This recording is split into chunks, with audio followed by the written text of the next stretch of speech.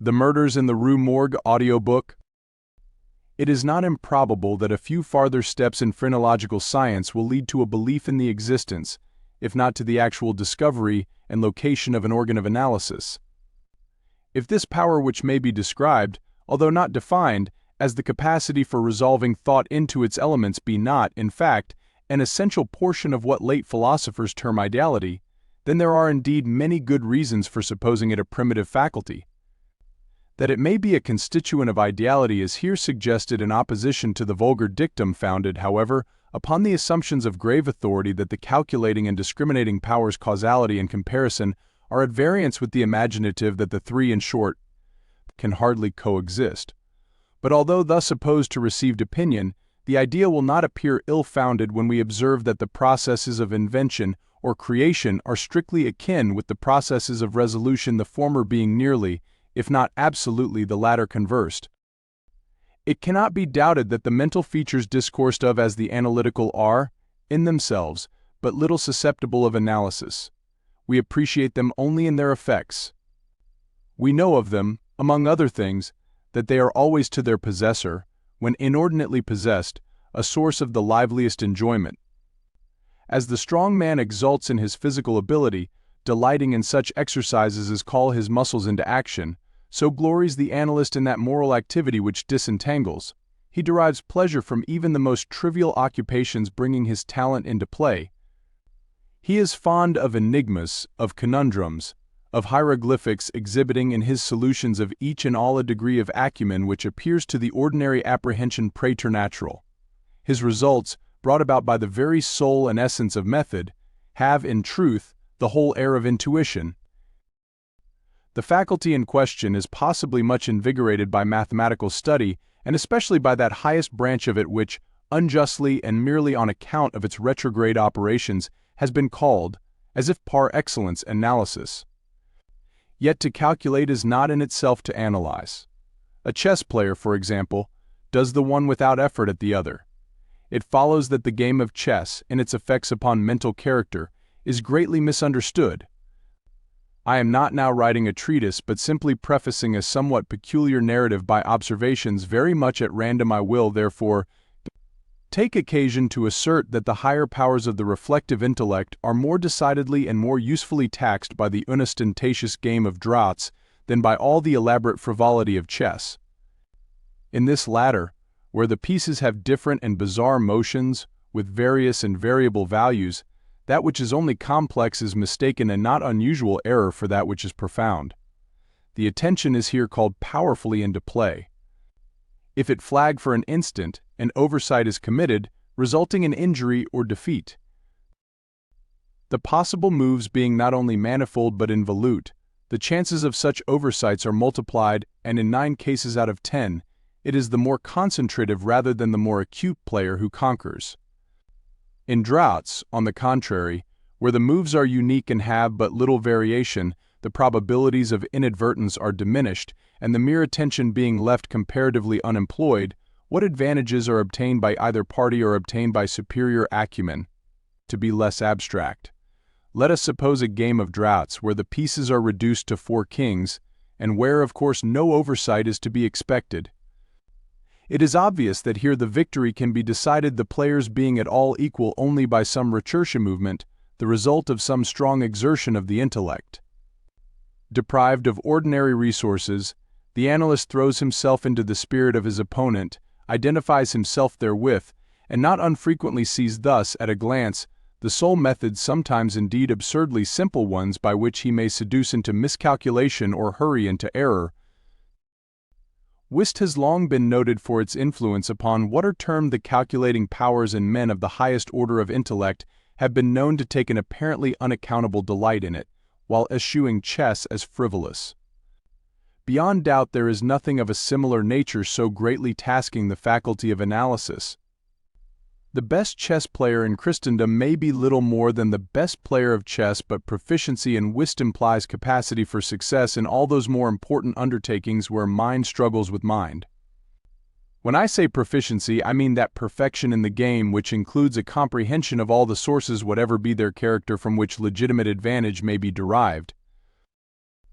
These are not only manifold but multiform, and lie frequently among recesses of thought altogether inaccessible to the ordinary understanding. To observe attentively is to remember distinctly, and so far the concentrative chess player will do very well at whist, while the rules of Hoyle themselves, based upon the mere mechanism of the game, are sufficiently and generally comprehensible.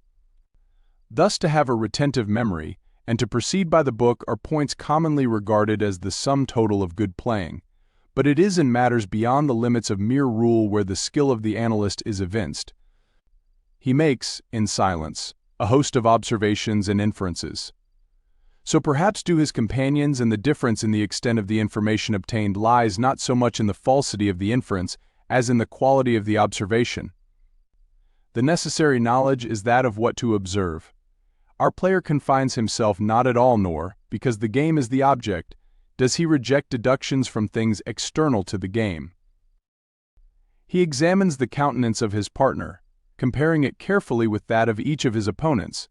He considers the mode of assorting the cards in each hand, often counting trump by trump, and honor by honor, through the glances bestowed by their holders upon each.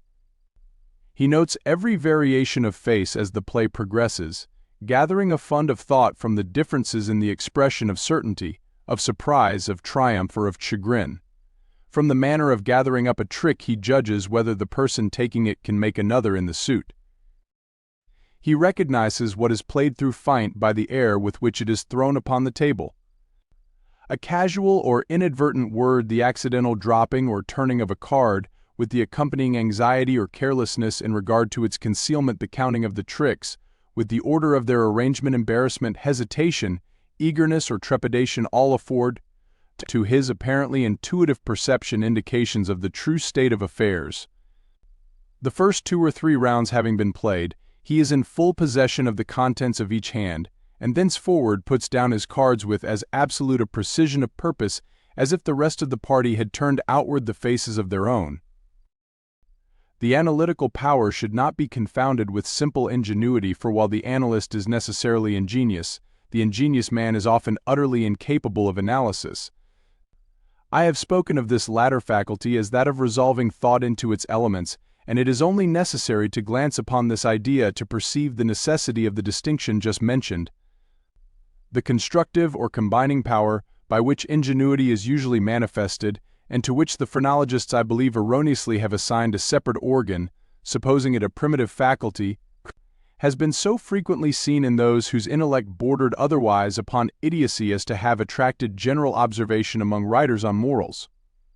Between ingenuity and the analytic ability there exists a difference far greater indeed than that between the fancy and the imagination, but of a character very strictly analogous.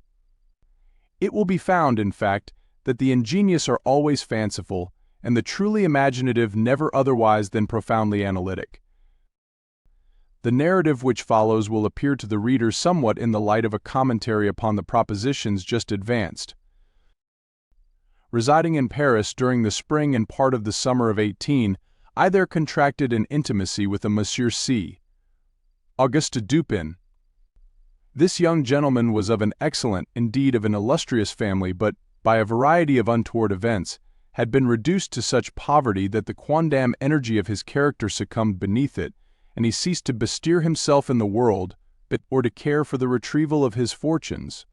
By courtesy of his creditors, there still remained in his possession a small remnant of his patrimony, and upon the income arising from this he managed, by means of a vigorous economy, to procure the necessaries of life, without troubling himself about its superfluities.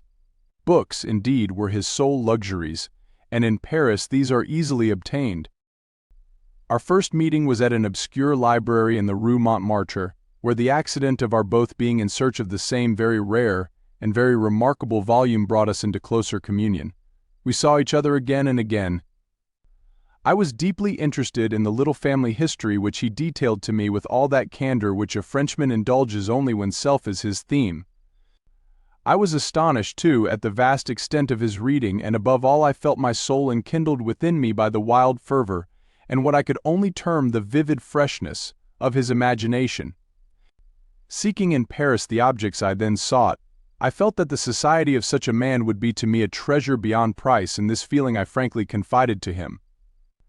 It was at length arranged that we should live together during my stay in the city, and as my worldly circumstances were somewhat less embarrassed than his own, I was permitted to be at the expense of renting and furnishing in a style which suited the rather fantastic gloom of our common temper.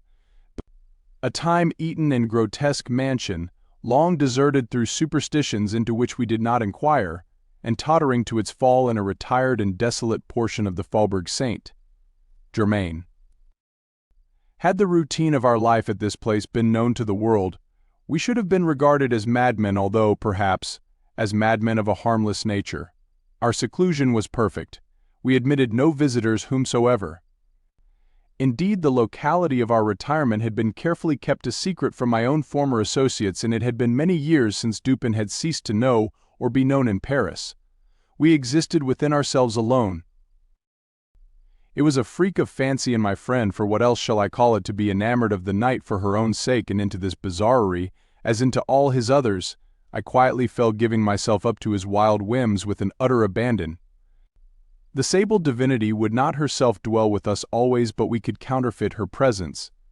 At the first dawn of the morning we closed all the massy shutters of our old building, lighting a couple of tapers which, strongly perfumed, threw out only the ghastliest and feeblest of rays.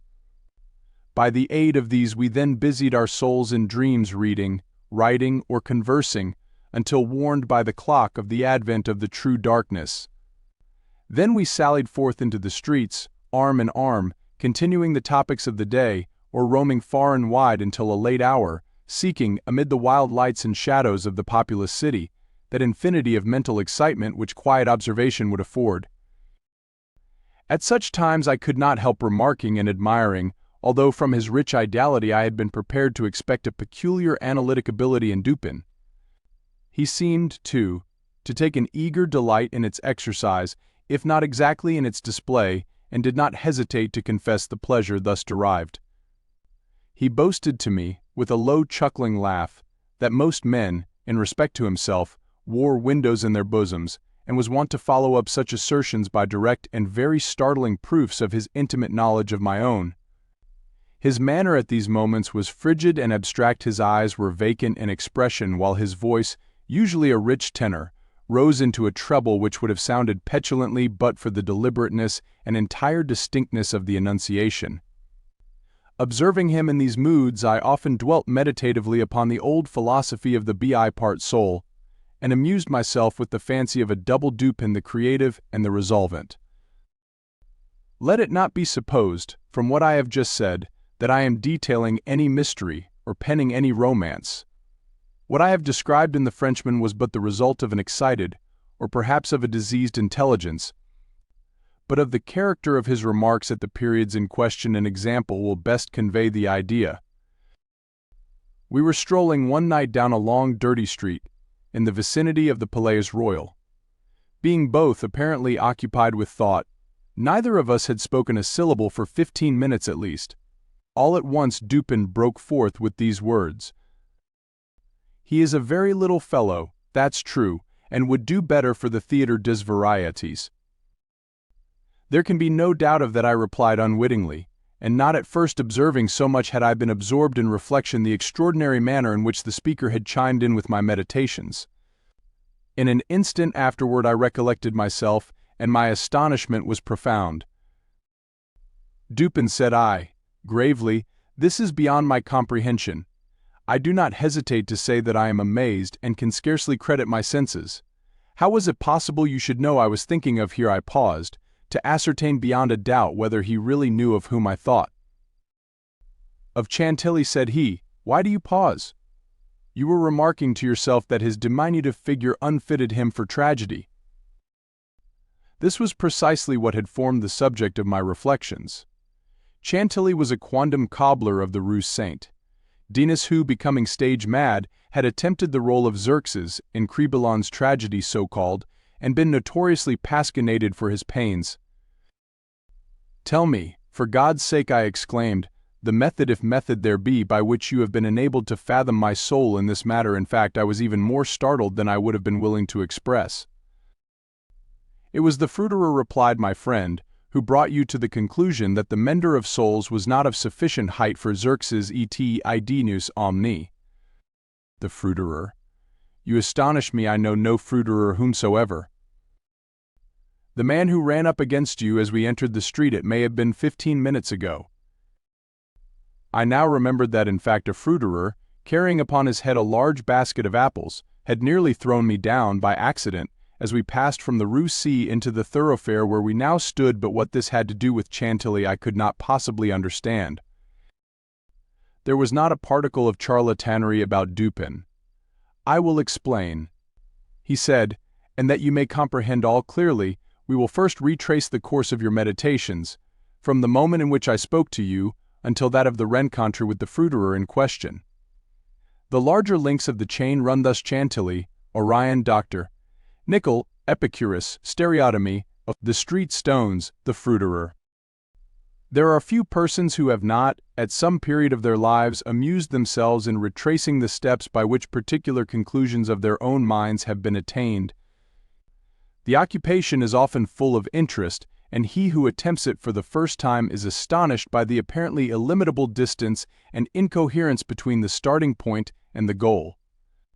What, then, must have been my amazement when I heard the Frenchman speak what he had just spoken, and when I could not help acknowledging that he had spoken the truth. He continued. We had been talking of horses, if I remember aright, just before leaving the Rue C. This was the last subject we discussed. As we crossed into this street, a fruiterer, with a large basket upon his head, brushing quickly past us, thrust you upon a pile of paving stones collected at a spot where the causeway is undergoing repair. You stepped upon one of the loose fragments, slipped, slightly strained your ankle, appeared vexed or sulky, muttered a few words, turned to look at the pile, and then proceeded in silence. I was not particularly attentive to what you did, but observation has become with me of late a species of necessity. You kept your eyes upon the ground, glancing with a petulant expression at the holes and ruts in the pavement, so that I saw you were still thinking of the stones until we reached the little alley called Lamartine, which has been paved by way of experiment with the overlapping and riveted blocks.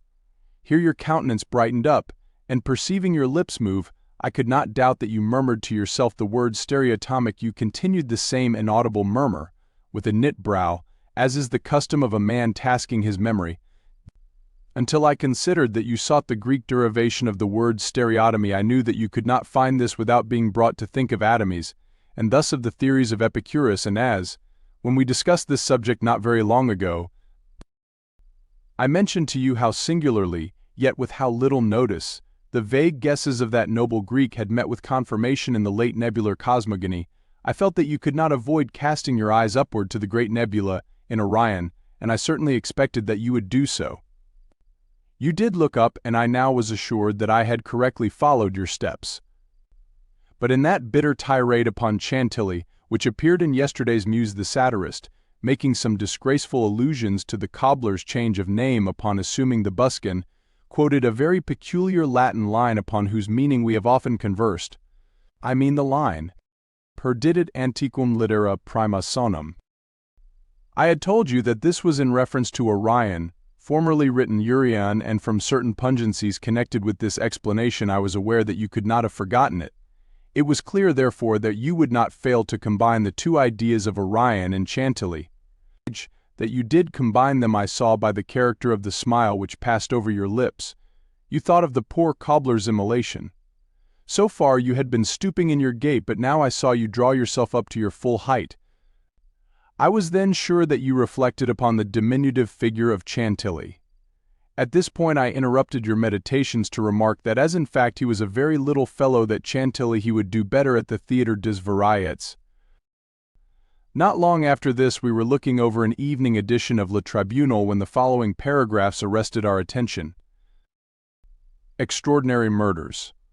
This morning, about 3 o'clock, the inhabitants of the Quartier Saint Roch were aroused from sleep by a succession of terrific shrieks, issuing, apparently, from the 4th story of a house in the Rue Morgue, known to be in the sole occupancy of one Madame L. Espinay and her daughter, Mademoiselle Camille L. Espinay. After some delay occasioned by a fruitless attempt to procure admission in the usual manner, the gateway was broken in with a crowbar, and 8 or 10 of the neighbors entered, accompanied by 2 gendarmes. By this time the cries had ceased.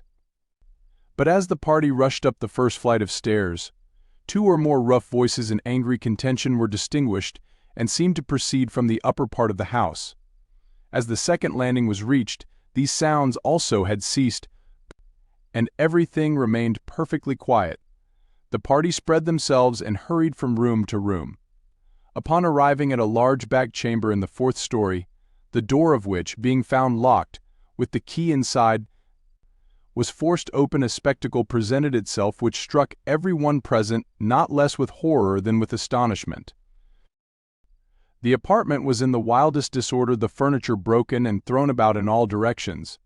There was only one bedstead, and from this the bed had been removed and thrown into the middle of the floor. On a chair lay a razor, besmeared with blood.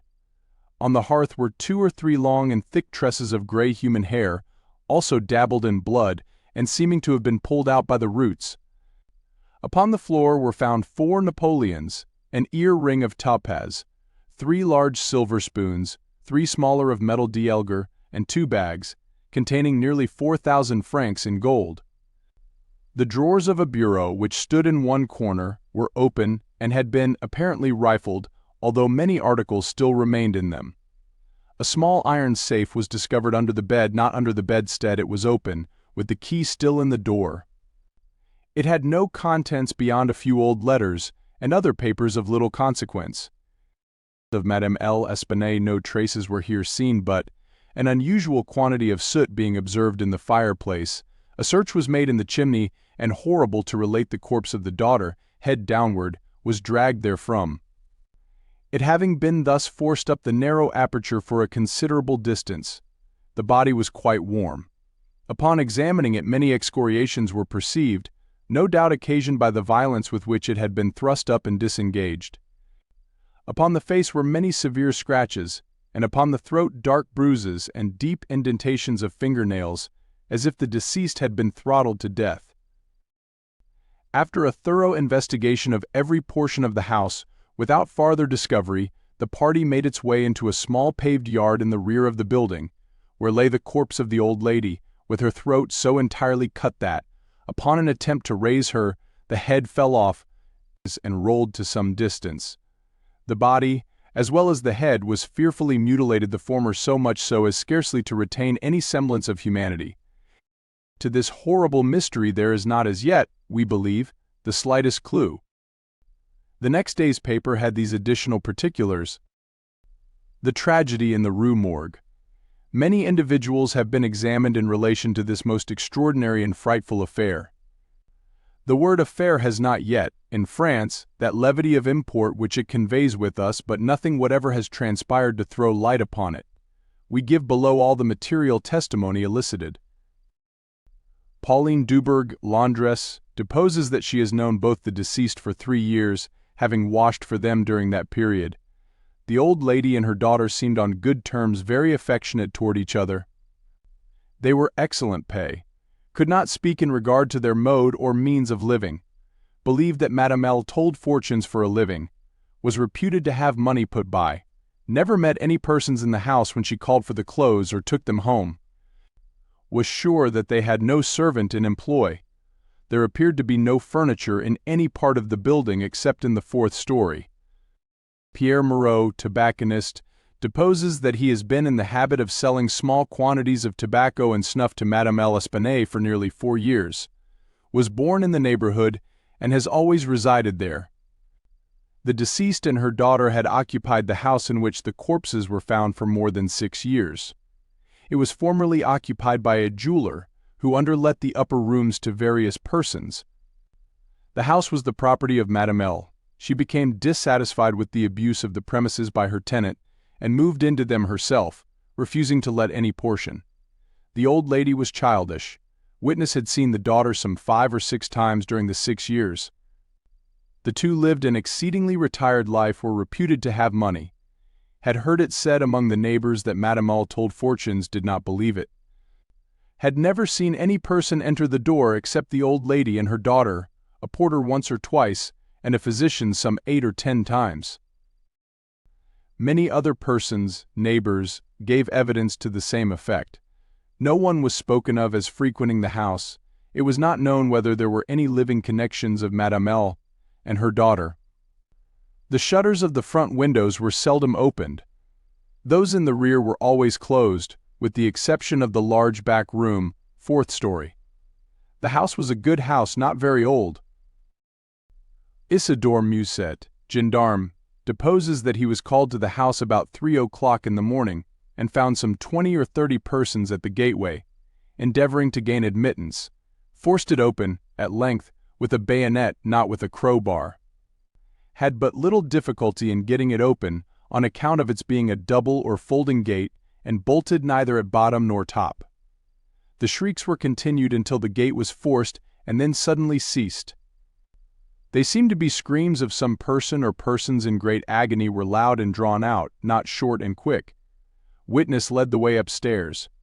Upon reaching the first landing heard 2 voices in loud and angry contention, the one a gruff voice, the other much shriller, a very strange voice. Could distinguish some words of the former, which was that of a Frenchman. Was positive that it was not a woman's voice. Could distinguish the words sacre and diable, the shrill voice was that of a foreigner. Could not be sure whether it was the voice of a man or of a woman.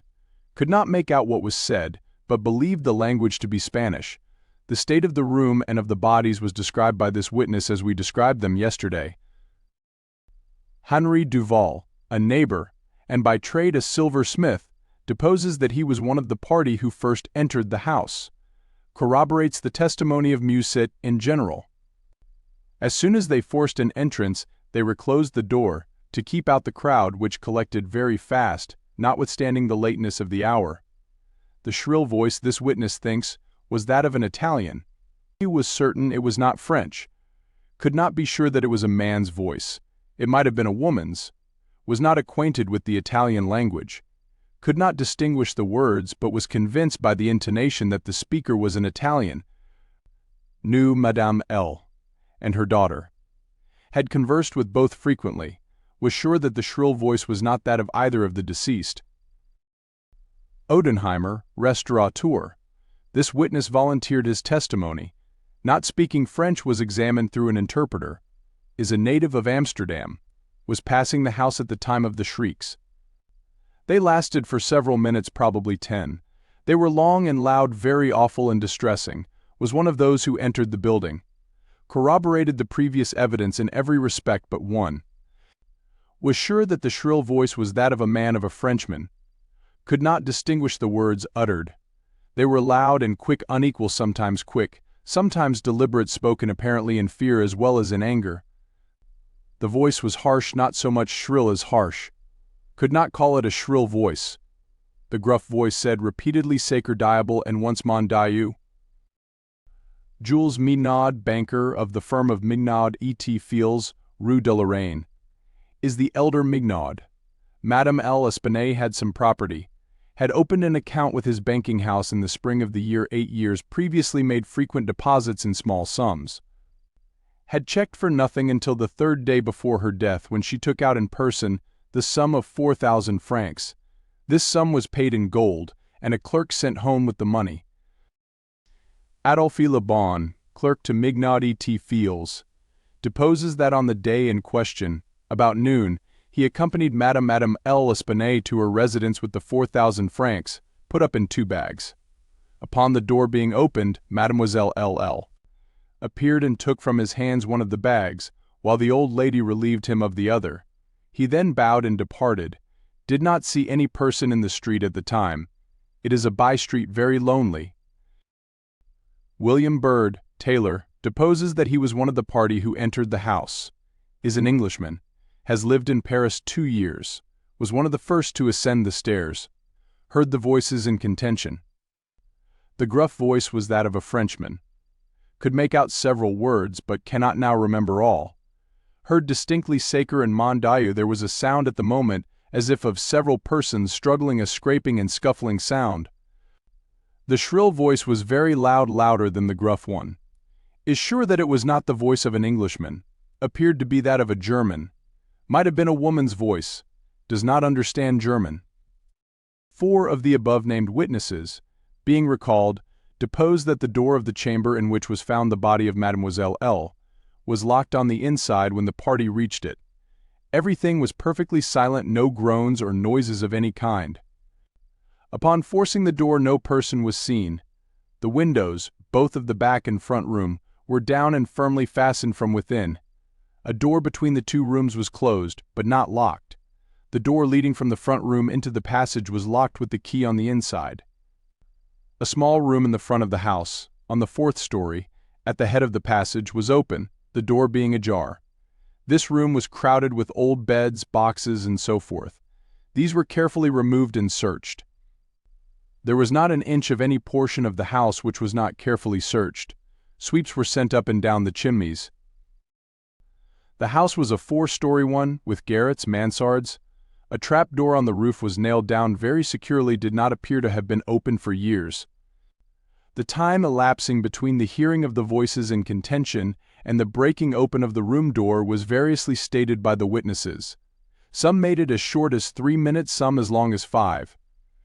The door was opened with difficulty. Alfonso Garcia, undertaker, deposes that he resides in the Rue Morgue, is a native of Spain, was one of the party who entered the house, did not proceed upstairs, is nervous and was apprehensive of the consequences of agitation. Heard the voices in contention. The gruff voice was that of a Frenchman, could not distinguish what was said. The shrill voice was that of an Englishman, is sure of this. Does not understand the English language but judges by the intonation. Alberto Montani, confectioner, deposes that he was among the first to ascend the stairs. Heard the voices in question. The gruff voice was that of a Frenchman. Distinguished several words. The speaker appeared to be expostulating. Could not make out the words of the shrill voice. Spoke quick and unevenly. Thinks it the voice of a Russian. Corroborates the general testimony. Is an Italian. Never conversed with a native of Russia. Several witnesses, recalled, here testified that the chimneys of all the rooms on the 4th story were too narrow to admit the passage of a human being. By sweeps were meant cylindrical sweeping brushes, such as are employed by those who clean chimneys. These brushes were passed up and down every flue in the house. There is no back passage by which any one could have descended while the party proceeded upstairs. The body of Mademoiselle L. Espinay was so firmly wedged in the chimney that it could not be got down until 4 or 5 of the party united their strength. Paul Dumas, physician, deposes that he was called to view the bodies about daybreak. They were both then lying on the sacking of the bedstead in the chamber where Mademoiselle L. was found. The corpse of the young lady was much bruised and excoriated. The fact that it had been thrust up the chimney would sufficiently account for these appearances.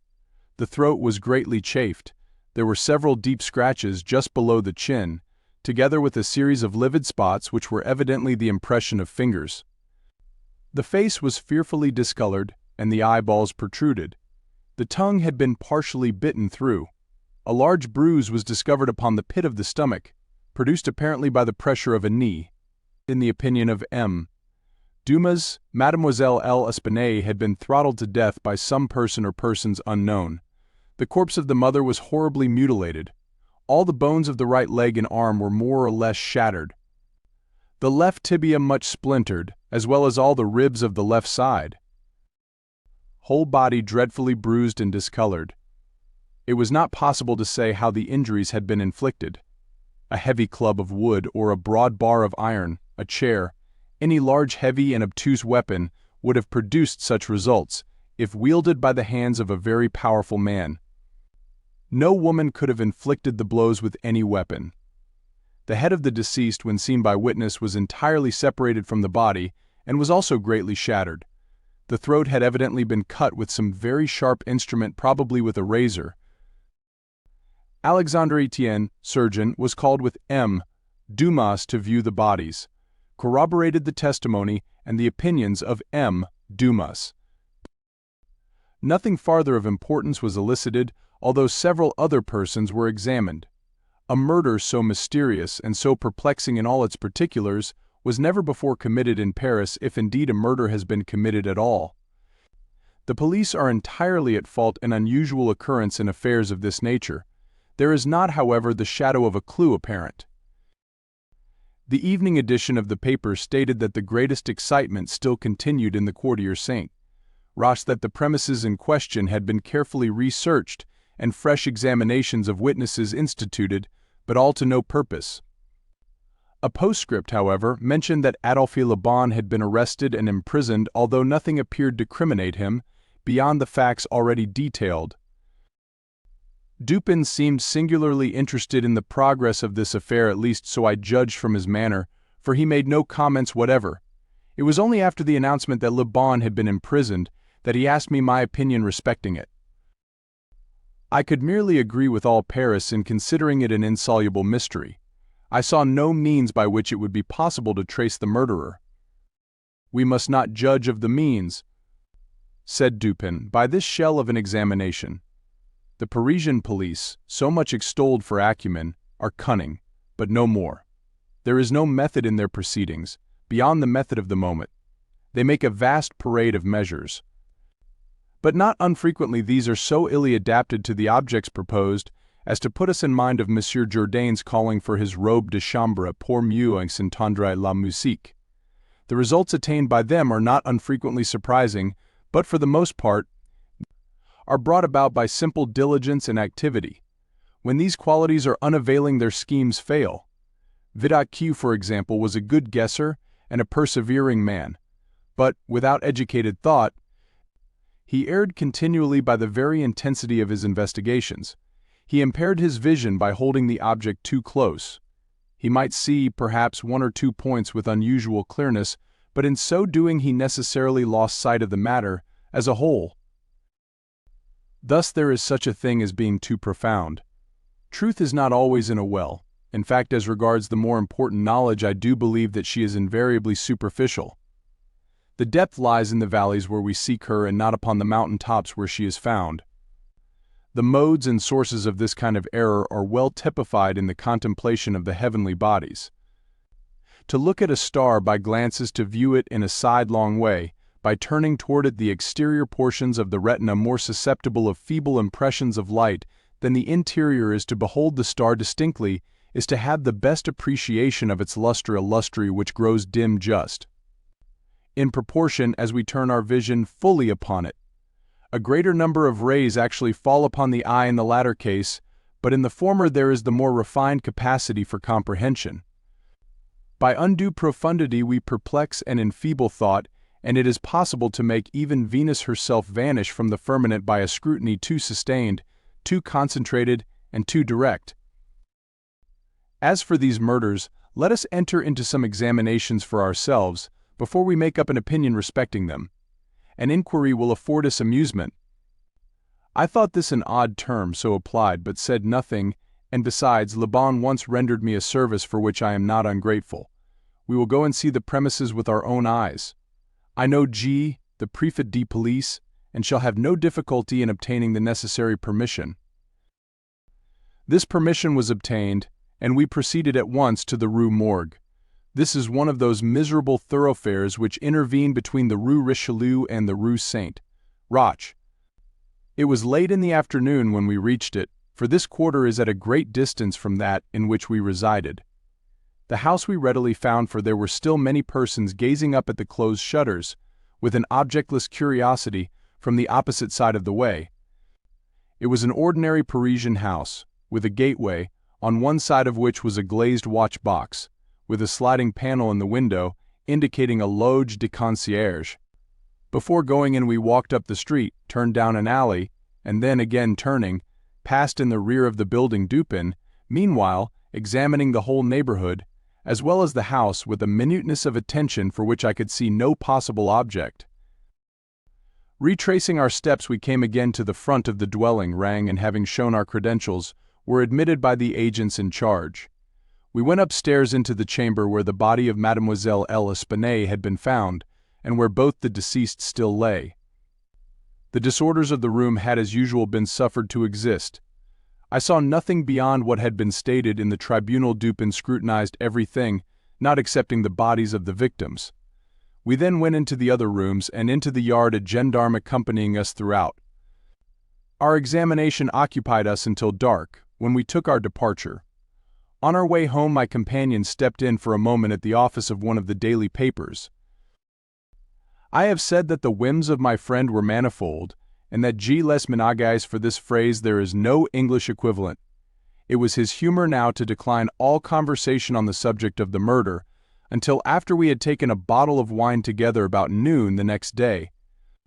He then asked me, suddenly, if I had observed anything peculiar at the scene of the atrocity. There was something in his manner of emphasizing the word peculiar which caused me to shudder, without knowing why. No, nothing peculiar, I said, nothing more, at least, than we both saw stated in the paper. Le tribunal, he replied, has not entered, I fear, into the unusual horror of the thing, but we will not revert to the idle opinions of this print. It appears to me that this mystery is considered insoluble, for the very reason which should cause it to be regarded as easy of solution, I mean for the outright character of its features. The police are confounded by the seeming absence of motive not for the murder itself but for the atrocity of the murder. They are puzzled by the seeming impossibility of reconciling the voices heard in contention with the facts that no one was discovered upstairs but the assassinated Mademoiselle L'Espanaye, and that there were no means of egress without the notice of the party ascending.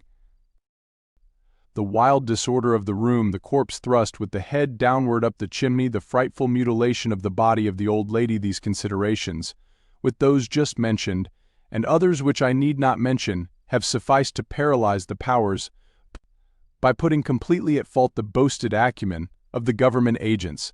They have fallen into the gross but common error of confounding the unusual with the abstruse.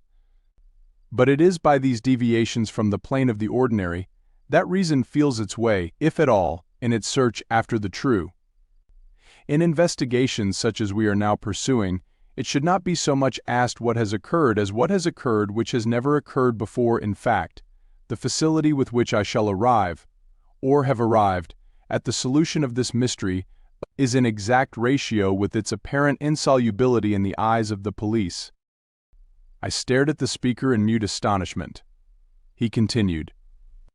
I am now awaiting, continued he, looking toward the door of our apartment, I am now awaiting a person who, although perhaps not the perpetrator of these butcheries, must have been in some measure implicated in their perpetration. Of the worst portion of the crimes committed, it is probable that he is innocent. I hope that I am right in this supposition, for upon it I build my expectation of reading the entire riddle. I look for the man here in this room every moment. It is true that he may not arrive, but the probability is that he will. Should he come, it will be necessary to detain him. Here are pistols, and we both know how to use them when occasion demands their use. I took the pistols, scarcely knowing what I did, or believing what I heard, while Dupin went on, very much as if in a soliloquy. I have already spoken of his abstract manner at such times. His discourse was addressed to myself, but his voice, although by no means loud, had that intonation which is commonly employed in speaking to someone at a great distance. His eyes, vacant in expression, regarded only the wall.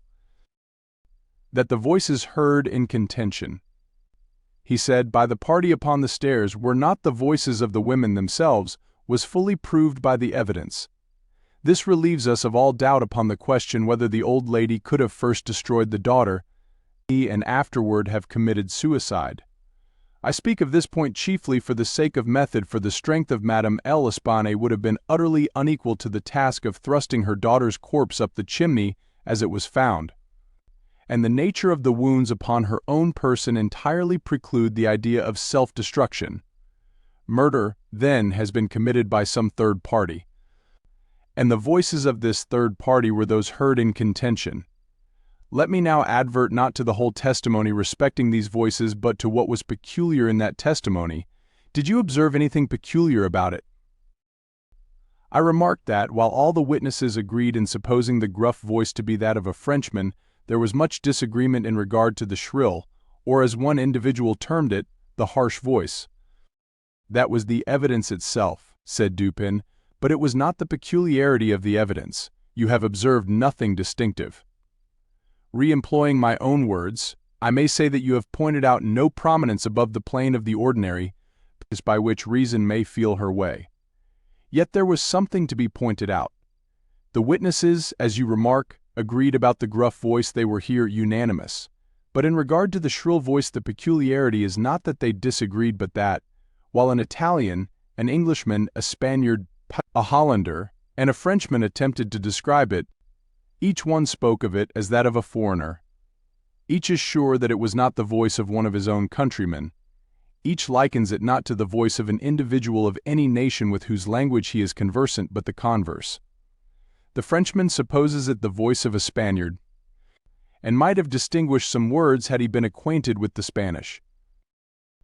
The Dutchman maintains it to have been that of a Frenchman, but we find it stated that not understanding French, this witness was examined through an interpreter. The Englishman thinks it the voice of a German, and does not understand German. The Spaniard is sure that it was that of an Englishman, but judges by the intonation altogether, as he has no knowledge of the English. The Italian believes it the voice of a Russian, but has never conversed with a native of Russia. A second Frenchman differs, moreover, with the first, and is positive that the voice is that of an Italian, but, not being cognizant of that tongue, is like the Spaniard, convinced by the intonation. Now, how strangely unusual must that voice have really been, about which such testimony as this could have been elicited, in whose tones even denizens of the 5 great divisions of Europe could recognize nothing familiar.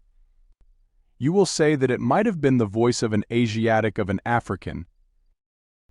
Neither Asiatics nor Africans abound in Paris, but, without denying the inference, I will just now merely call your attention to 3 points which have relation to this topic. The voice is termed by one witness harsh rather than shrill. It is represented by 2 others to have been quick and unequal. No words, no sounds resembling words were by any witness mentioned as distinguishable. I know not, continued Dupin, what impression I may have made, so far, upon your own understanding. But I do not hesitate to say that legitimate deductions, even from this portion of the testimony, the portion respecting the gruff and shrill voices, are in themselves sufficient to engender a suspicion which should bias or give direction to all farther progress in the investigation of the mystery. I said legitimate deductions, but my meaning is not thus fully expressed. I designed to imply that the deductions were the sole proper ones, and that the suspicion arose inevitably from them as the single result. What the suspicion is, however, I will not say just yet. I merely wish you to bear in mind that with myself it was sufficiently forcible to give a definite form, a certain tendency to my inquiries in the chamber. Let us now transport ourselves in fancy to that chamber. What shall we first seek here? The means of egress employed by the murderers. It is not too much to say that we neither of us believe in preternatural events. Madame and Mademoiselle L'Espanaye were not destroyed by spirits. The doers of the dark deed were material and escaped materially. Then how? Fortunately, there is but one mode of reasoning upon the point, and that mode must lead us to a definite decision. Let us examine each by each the possible means of egress. It is clear that the assassins were in the room where Mademoiselle L'Espanaye was found, or at least in the room adjoining when the party ascended the stairs. It is then only from these 2 apartments that we have to seek for issues. The police have laid bare the floors, the ceilings, and the masonry of the walls in every direction. No secret issues could have escaped their vigilance. But not trusting to their eyes, I examined with my own. There were, then, no secret issues. Both doors leading from the rooms into the passage were securely locked, with the keys inside. Let us turn to the chimneys. These, although of ordinary width for some 8 or 10 feet above the hearths, will not admit, throughout their extent, the body of a large cat.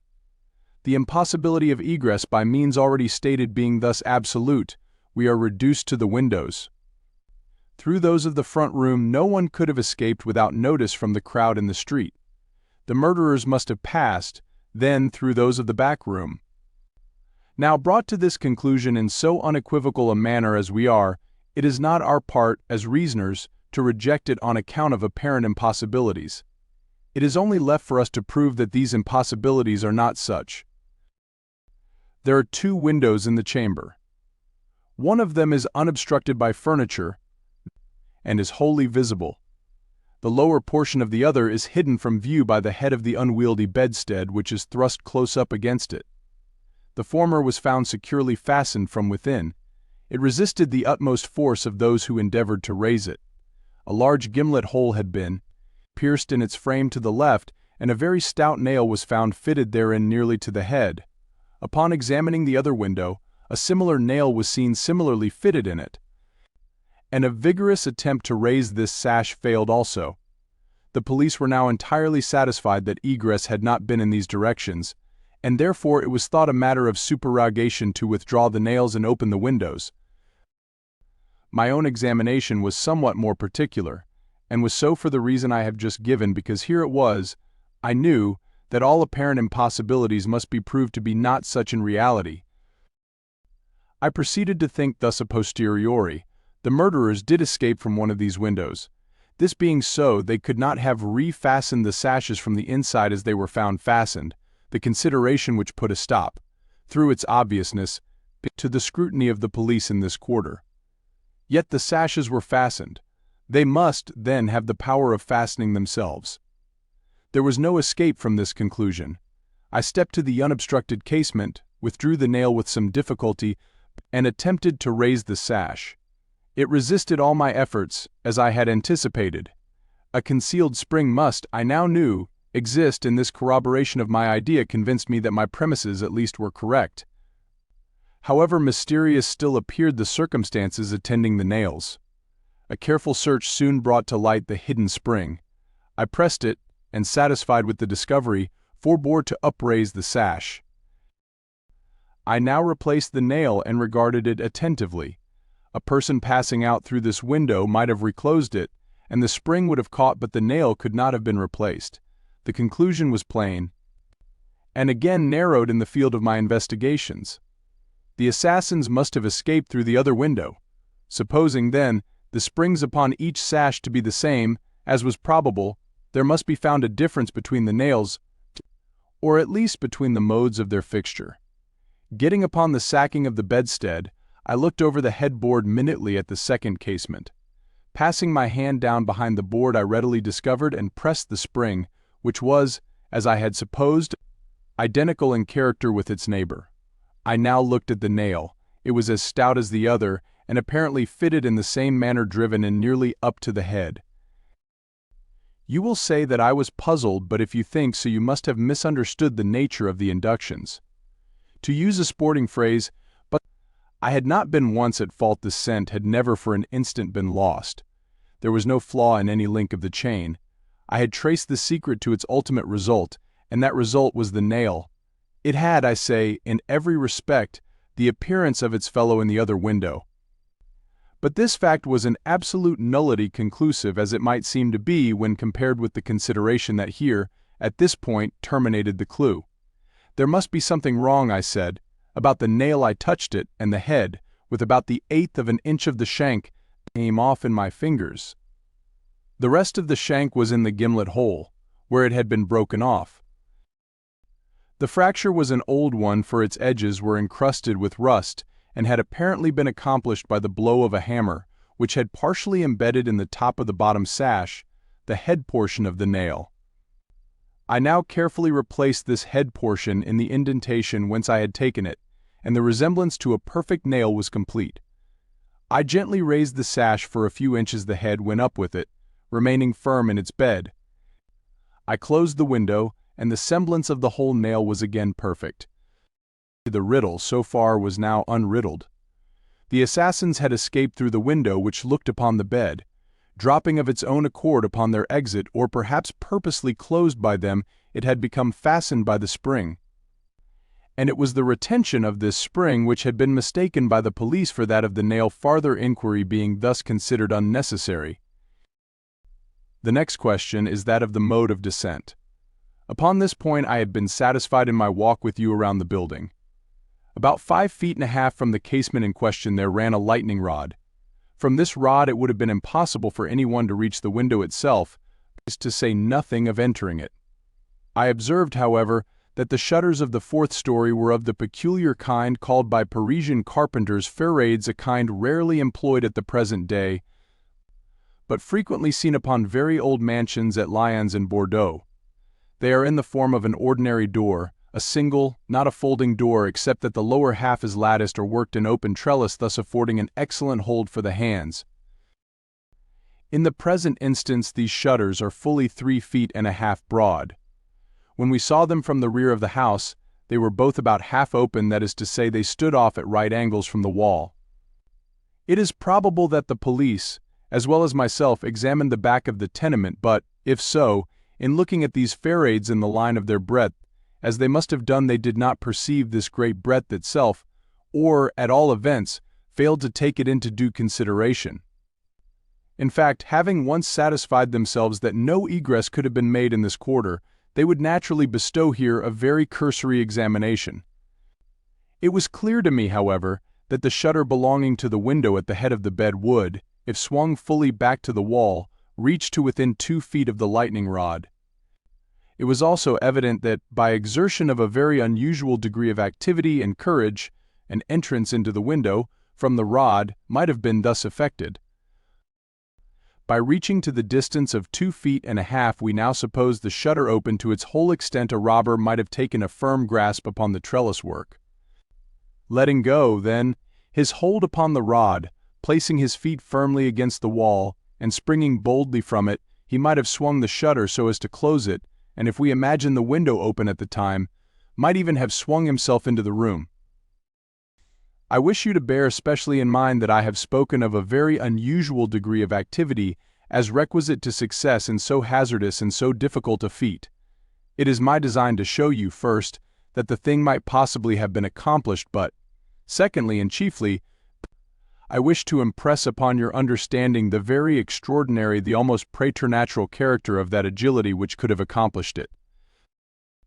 You will say, no doubt, using the language of the law, that to make out my case I should rather undervalue than insist upon a full estimation of the activity required in this matter. This may be the practice in law, but it is not the usage of reason. My ultimate object is only the truth.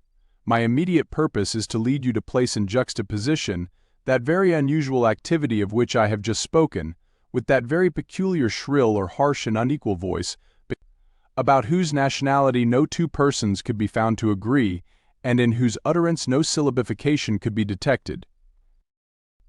At these words a vague and half-formed conception of the meaning of Dupin flitted over my mind.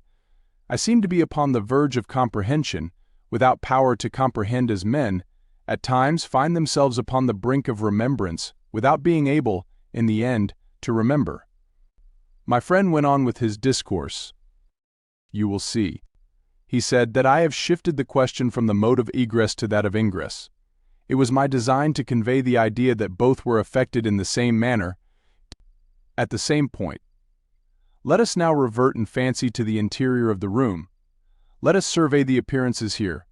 The drawers of the bureau, it is said, had been rifled, although many articles of apparel still remained within them. The conclusion here is absurd. It is a mere guess, a very silly one, and no more. How are we to know that the articles found in the drawers were not all these drawers had originally contained? Mademoiselle Aspinay and her daughter lived an exceedingly retired life, saw no company, seldom went out, had little use for numerous changes of habiliment. Those found were at least of as good quality as any likely to be possessed by these ladies. If a thief had taken any, why did he not take the best? Why did he not take all? In a word, why did he abandon 4,000 francs in gold to encumber himself with a bundle of linen? The gold was abandoned. Nearly the whole sum mentioned by Monsieur Mignard, the banker, was discovered, in bags, upon the floor. I wish you, therefore, to discard from your thoughts the blundering idea of motive engendered in the brains of the police by that portion of the evidence which speaks of money delivered at the door of the house. Coincidences 10 times as remarkable as this, the delivery of the money, and murder committed within 3 days upon the party receiving it, happened to each and all of us every hour of our lives, without attracting even a momentary notice. Coincidences in general are great stumbling blocks in the way of that class of thinkers who have been educated to know nothing, and care less of the theory of probabilities, that theory to which the most glorious objects of human research are indebted for the most glorious of illustration. In the present instance, had the gold been gone, the fact of its delivery 3 days before would have formed something more than a coincidence. It would have been corroborative of this idea of motive.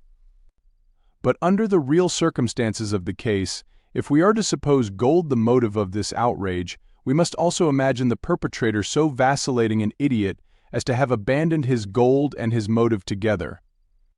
Keeping now steadily in mind the points to which I have drawn your attention, that peculiar voice, that unusual agility, and that startling absence of motive in a murder so singularly atrocious as this, let us glance at the butchery itself. Here is a woman strangled to death by manual strength and thrust up a chimney, head downward. Ordinary assassins employ no such modes of murder as this. Least of all do they thus dispose of the murdered, in the manner of thrusting the corpse up the chimney. You will admit that there was something excessively outrageous, something altogether irreconcilable with our common notions of human action, even when we suppose the actors the most depraved of men. Think, too, what must have been the degree of that strength which could have thrust the body up such an aperture so forcibly that the united vigor of several persons was found barely sufficient to drag it down. Turn now to other indications of the employment of a vigor most marvelous. On the hearth were thick tresses, very thick tresses of gray human hair. These had been torn out by the roots. You are aware of the great force necessary in tearing thus from the head even 20 or 30 hairs together. You saw the locks in question as well as myself. Their roots, a hideous sight, were clotted with fragments of the flesh of the scalp, sure token of the prodigious power which had been exerted in uprooting perhaps 1,000,000 of hairs at a time. The throat of the old lady was not merely cut, but the head absolutely severed from the body. The instrument was a mere razor. Here again we have evidence of that vastness of strength upon which I would fix your attention. I wish you also to look, and to look steadily, at the brutal ferocity of these deeds. Of the bruises upon the body of Madame l'Espanaye I do not speak. Monsieur Dumas and his worthy coadjutor, Monsieur Etienne, have pronounced that they were inflicted by some obtuse instrument, and so far these gentlemen are very correct. The obtuse instrument was clearly the stone pavement in the yard, upon which the victim had fallen from the window which looked in upon the bed. This idea, however simple it may now seem, escaped the police for the same reason that the breadth of the shutters escaped them, because, by the affair of the nails, their perceptions had been hermetically sealed against the possibility of the windows having ever been opened at all. If now, in addition to all these things, you have properly reflected upon the odd disorder of the chamber, we have gone so far as to combine the ideas of a strength superhuman, an agility astounding, a ferocity brutal, a butchery without motive, a grotesquerie and horror absolutely alien from humanity, and a voice foreign in tone to the ears of men of many nations, and devoid of all distinct or intelligible syllabification. What result, then, has ensued? What impression have I made upon your fancy? I shuddered as Dupin asked me the question. A madman, I said, has done this deed. Some raving maniac escaped from a neighboring maison de santé. In some respects, he replied, your idea is not irrelevant. But the voices of madmen, even in their wildest paroxysms, are never found to tally with that peculiar voice heard upon the stairs. Madmen are of some nation, and their language, however incoherent in its words, has always the coherence of syllabification. Besides, the hair of a madman is not such hair as I now hold in my hand. I disentangled this little tuft from among the tresses remaining upon the head of Madame l'Espanaye. Tell me what you can make of it. Good God, I said, completely unnerved, this hair is most unusual. This is no human hair.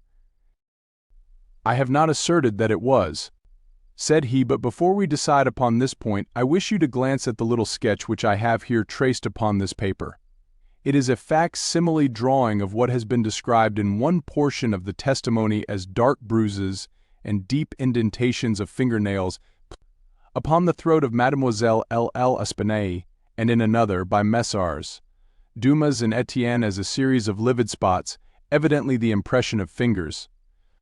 You will perceive, continued my friend, spreading out the paper upon the table before us. "You will perceive that this drawing gives the idea of a firm and fixed hold. There is no slipping apparent.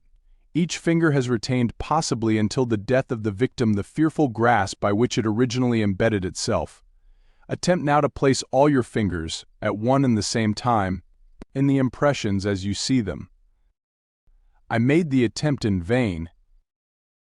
"We are possibly not giving this matter a fair trial," he said. "The paper is spread out upon a plain surface, but the human throat is cylindrical. Here is a billet of wood, the circumference of which is about that of the throat. Wrap the drawing around it, and try the experiment again." I did so, but the difficulty was even more obvious than before.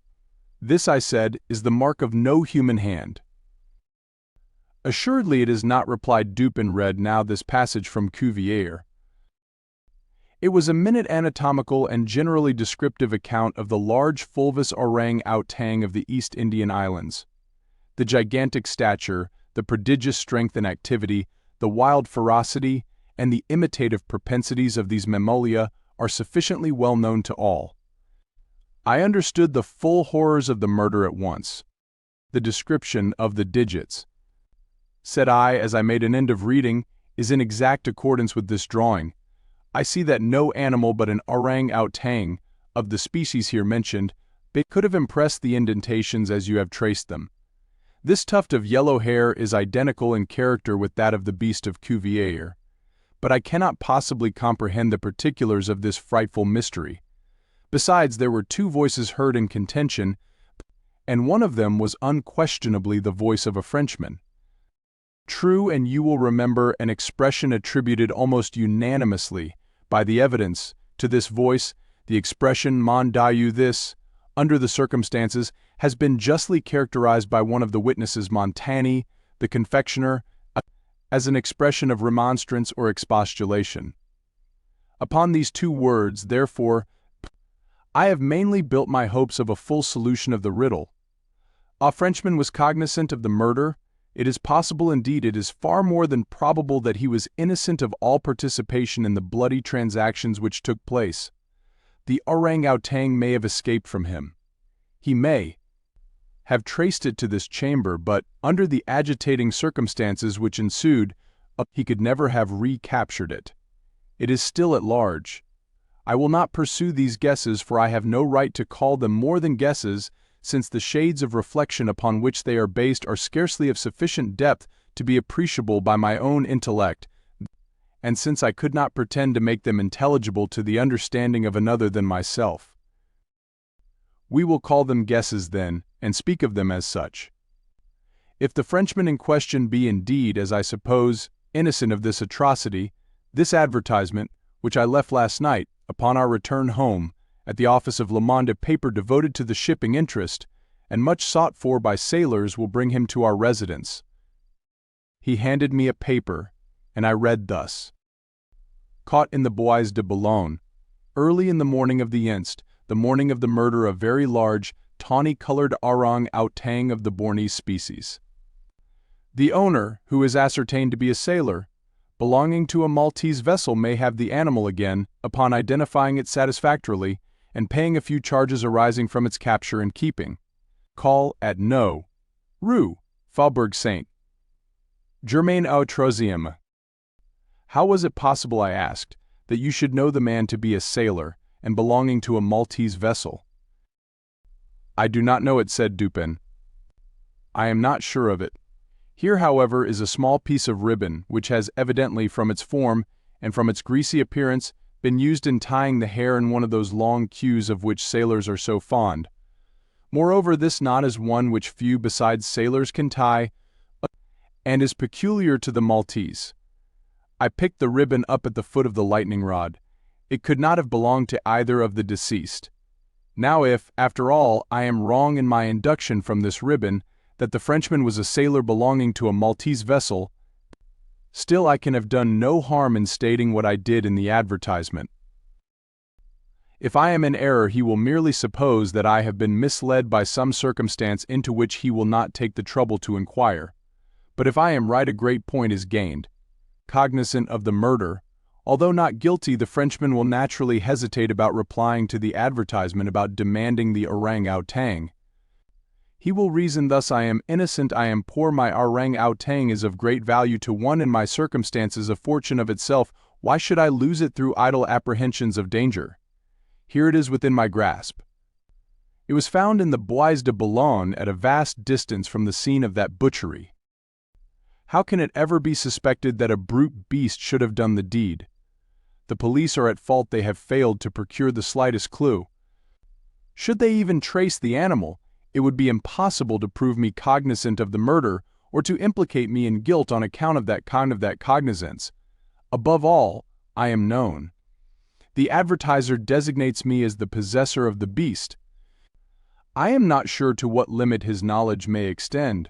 Should I avoid claiming a property of so great a value, which it is known that I possess, I will render the animal at least liable to suspicion. It is not my policy to attract attention either to myself or to the beast. I will answer the advertisement, get the orang-outang, and keep it close until this matter has blown over. At this moment we heard a step upon the stairs. Be ready, said Dupin, with your pistols, but neither show them nor use them until at a signal from myself. The front door of the house had been left open, and the visitor had entered without ringing or rapping, and advanced several steps upon the staircase. Now, however, he seemed to hesitate. Presently we heard him descending. Dupin was moving quickly to the door, when we again heard him coming up. He did not turn back a second time, but stepped up quickly and rapped at the door of our chamber. Come in, said Dupin, in a cheerful and hearty tone. The visitor entered. He was a sailor, evidently a tall, stout, and muscular-looking man, with a certain daredevil expression of countenance, not altogether unprepossessing. His face, greatly sunburnt, was more than half hidden by a world of whisker and mustachio. He had with him a huge oaken cudgel, but appeared to be otherwise unarmed. He bowed awkwardly, and bade us good evening in French accents, which, although somewhat Neufchâtel-ish, were still sufficiently indicative of a Parisian origin. Sit down, my friend, said Dupin. I suppose you have called about the orang-outang. Upon my word, I almost envy you the possession of him, a remarkably fine, and no doubt a very valuable animal. How old do you suppose him to be? The sailor drew a long breath, with the air of a man relieved of some intolerable burden, and then replied, in an assured tone, I have no way of telling, but he can't be more than 4 or 5 years old. Have you got him here? Oh no, we had no conveniences for keeping him here. He is at a livery stable in the Rue Morgue just by. You can get him in the morning. Of course you are prepared to identify the property. To be sure I am, sir. I shall be sorry to part with him, said Dupin. I don't mean that you should be at all this trouble for nothing, sir, said the man. Couldn't expect it. Am very willing to pay a reward for the finding of the animal, that is to say, any reward in reason.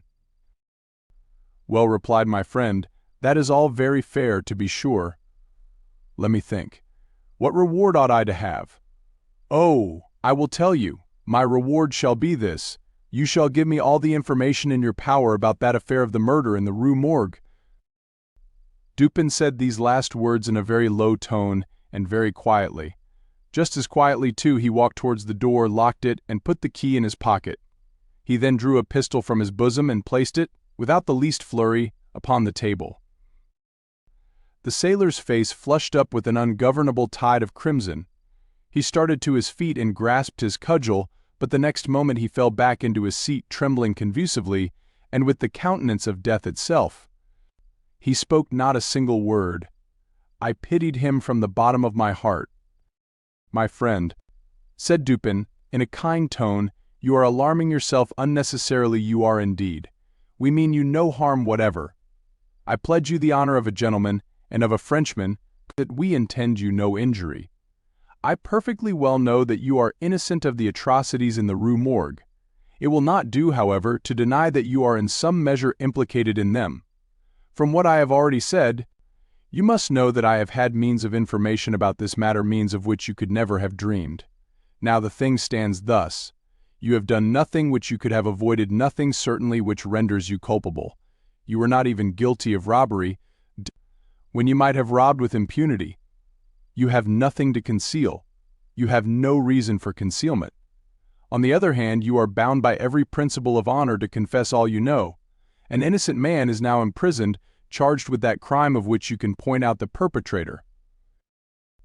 The sailor had recovered his presence of mind in a great measure, while Dupin uttered these words, but his original boldness of bearing was all gone. "So help me God," said he, after a brief pause, "I will tell you all that I know about this affair, but I do not expect you to believe one half that I say. I would be a fool indeed if I did. Still, I am innocent, and I will make a clean breast if I die for it. I do not propose to follow the man in the circumstantial narrative which he now detailed. What he stated was, in substance, this: he had lately made a voyage to the Indian archipelago. A party, of which he formed one, landed at Borneo and passed into the interior on an excursion of pleasure. Himself and a companion had captured the orang-outang. This companion dying, the animal fell into his own exclusive possession.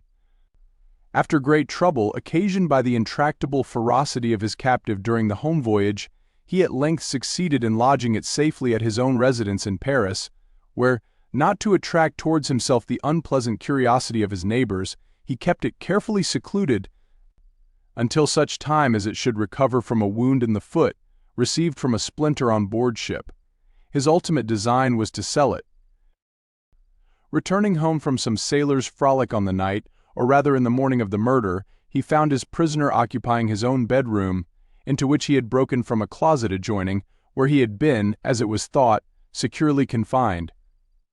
The beast, razor in hand and fully lathered, was sitting before a looking-glass, attempting the operation of shaving, in which he had no doubt previously watched his master through the keyhole of the closet.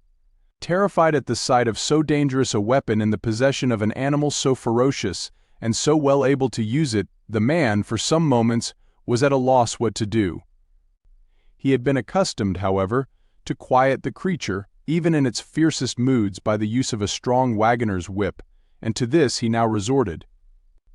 Upon sight of it, the orang-outang sprang at once through the door of the chamber, down the stairs, and thence, through a window, unfortunately open, into the street. The Frenchman followed in despair the ape, razor still in hand, occasionally stopping to look back and gesticulate at his pursuer until the latter had nearly come up with him. He then again made off. In this manner the chase continued for a long time. The streets were profoundly quiet, as it was nearly 3 o'clock in the morning. In passing down an alley in the rear of the Rue Morgue, the fugitive's attention was arrested by a light, the only one apparent, except those of the town lamps gleaming from the open window of Mademoiselle Espanaye's chamber, in the 4th story of her house.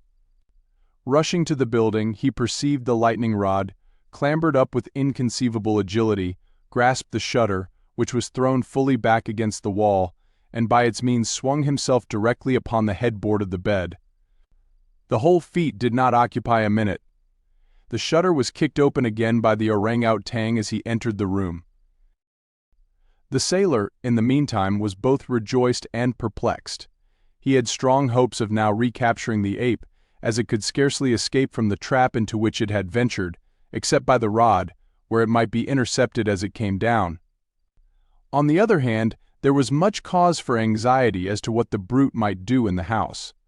This latter reflection urged the man still to follow the fugitive. A lightning rod is ascended without difficulty, especially by a sailor, but, when he had arrived as high as the window, which lay far to his left, his career was stopped. The most that he could accomplish was to reach over so as to obtain a glimpse of the interior of the room. At this glimpse he nearly fell from his hold through excess of horror. Now it was that those hideous shrieks arose upon the night, which had startled from slumber the inmates of the Rue Morgue. Mademoiselle Espanaye and her daughter, habited in their night clothes, had apparently been occupied in arranging some papers in the iron chest already mentioned, which had been wheeled into the middle of the room. It was open, and its contents lay beside it on the floor. Their backs must have been towards the window, and by the time elapsing between the screams and the ingress of the ape, it seems probable that he was not immediately perceived. The flapping to of the shutter would naturally have attributed to the wind.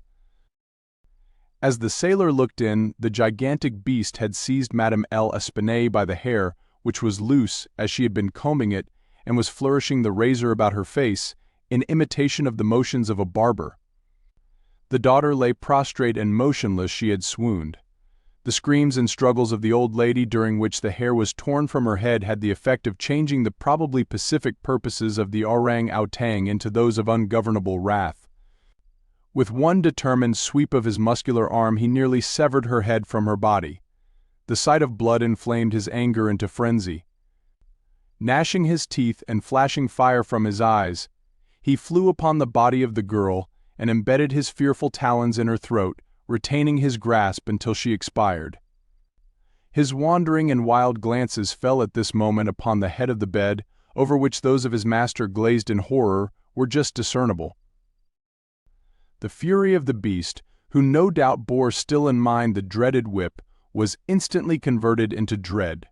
Conscious of having deserved punishment, he seemed desirous to conceal his bloody deeds, and skipped about the chamber in an apparent agony of nervous agitation, throwing down and breaking the furniture as he moved, and dragging the bed from the bedstead.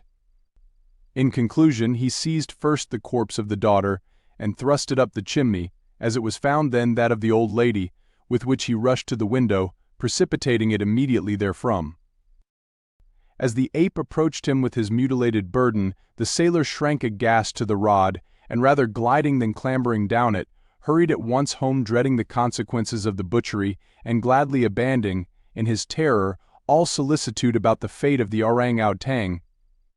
The words heard by the party upon the staircase were the Frenchman's exclamations of horror and affright, commingled with the fiendish jabberings of the brute. I have scarcely anything to add. The orang-outang must have escaped from the chamber by the rod just before the breaking of the door. He must have closed the window as he passed through it. He was subsequently caught by the owner himself, who obtained for him a very large sum at the Jardin des Plantes. Le Bon was instantly released upon our narration of the circumstances, with some comments from Dupin at the bureau of the Préfet de Police. This functionary, however well disposed to my friend, could not altogether conceal his chagrin at the turn which affairs had taken, and was fain to indulge in a sarcasm or two, in regard to the propriety of every person minding his own business. "Let him talk," said Dupin, who had not thought it necessary to reply. "Let him discourse, it will ease his conscience. I am satisfied with having defeated him in his own castle. In truth, he is too cunning to be acute. There is no stamen in his wisdom. It is all head and no body, like the pictures of the goddess Laverna, or at least all head and shoulders, like a codfish. But he is a good fellow, after all. I like him especially for one master stroke of cant, by which he has attained that reputation for ingenuity which he possesses. I mean the way he has denier si qui est, et d'expliquer si qui n'est pas." Edgar Allan Poe, published in April 1841.